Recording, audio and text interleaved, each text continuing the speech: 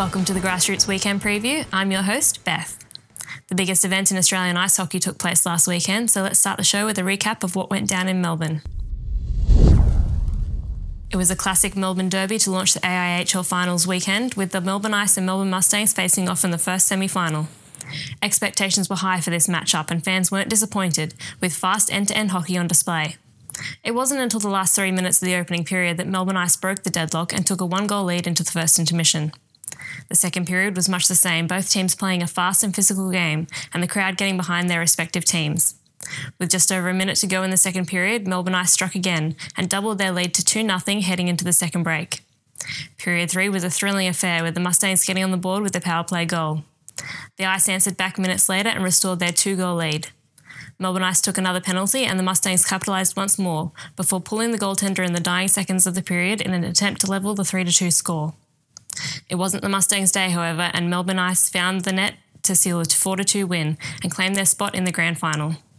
Perth Thunder had swept the CBR Brave in all 4 games the teams played during the regular season, so it was easy to understand why they were picked as the favourites in the second semi-final. The game got off to a crushing but even pace. Both teams were kept scoreless in the first period, despite the same number of shots on goal. CBR Brave took the lead early in the second period, but the Thunder replied to level the score just minutes later. CBR would find the net again, scoring a power play goal to take the lead, the 2-1 scoreboard favouring the Brave in the second intermission. Perth came out firing after the break and tied the game less than 30 seconds after play resumed. 2 minutes later, the Brave restored their lead, going up 3-2 over the Thunder. Perth then found themselves in penalty trouble, the Brave scoring 2 power play goals to extend their lead out 5-2. An empty net goal for the Brave sealed the Thunder's fate and saw CBR through to the second consecutive grand final with a 6-2 win. Fans in the building for the grand final between Melbourne Ice and CBR Brave got behind their teams early, and the energy they brought to the game was only outmatched by the efforts on the ice. In a hard-hitting physical game, neither team had a clear advantage until Melbourne Ice found the net midway through the period. This one-goal lead would follow the Ice into the locker room for the first intermission and for half of the second period before the Brave tied the game up 1-1. Just over 30 seconds before the end of the second period, the Ice found the net once more, re-establishing their lead with a 2-1 scoreline.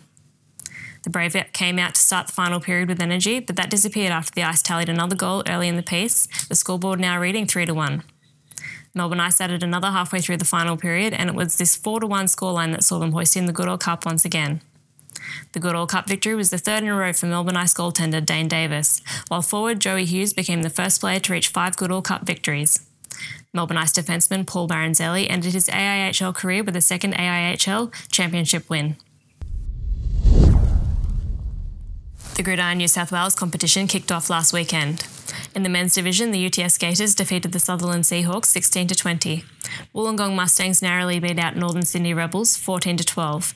The Sydney Uni Lions convincingly defeated the Newcastle Kings 34-14, while the Northwestern Predators defeated the University of New South Wales Raiders 22-14. The game between the Central Coast Sharks and the Nepean Ducks was called off due to lighting issues on the grounds and has been recorded as a draw. In the women's division, the UTS Gators defeated the Northern Sydney Rebels 22-14, and the University of New South Wales Raiders took a 12-6 victory over the Northwestern Phoenix. In the Colts division, the Sutherland Seahawks and UTS Gators finished with a 28-all draw. The Wollongong Mustangs defeated the Northern Sydney Rebels 14-7, and the Sydney Uni Cubs shut out the Central West Giants 40-0. The game between the University of New South Wales Raiders and the Northwestern Panthers did not take place, as Northwestern has withdrawn from the Colts division due to an injury-depleted roster. Coming up this Saturday in the men's division, UTS Gators will take on the Northern Sydney Rebels at Neptune Oval at 4 p.m. The Nepean Ducks will play the Wollongong Mustangs at 3 p.m, and the Western Sydney Pirates will face the Central Coast Sharks at 6 p.m, both games taking place at Craig Park. At David Phillips Memorial Park, the Northwestern Predators will play the Newcastle Kings at 4 p.m, while the University of New South Wales Raiders will take on the Sydney Uni Lions at 7 p.m. Also on Saturday in the women's division, the UTS Gators will play the Northern Sydney Rebels at Neptune Oval with the kickoff scheduled for midday, while the University of New South Wales Raiders will play the ACT Diamonds at David Phillips Memorial Park starting at 2 p.m. Rounding out Saturday's Gridiron action in the Colts division, the UTS Gators will face the Northern Sydney Rebels at Neptune Oval starting at 2 p.m.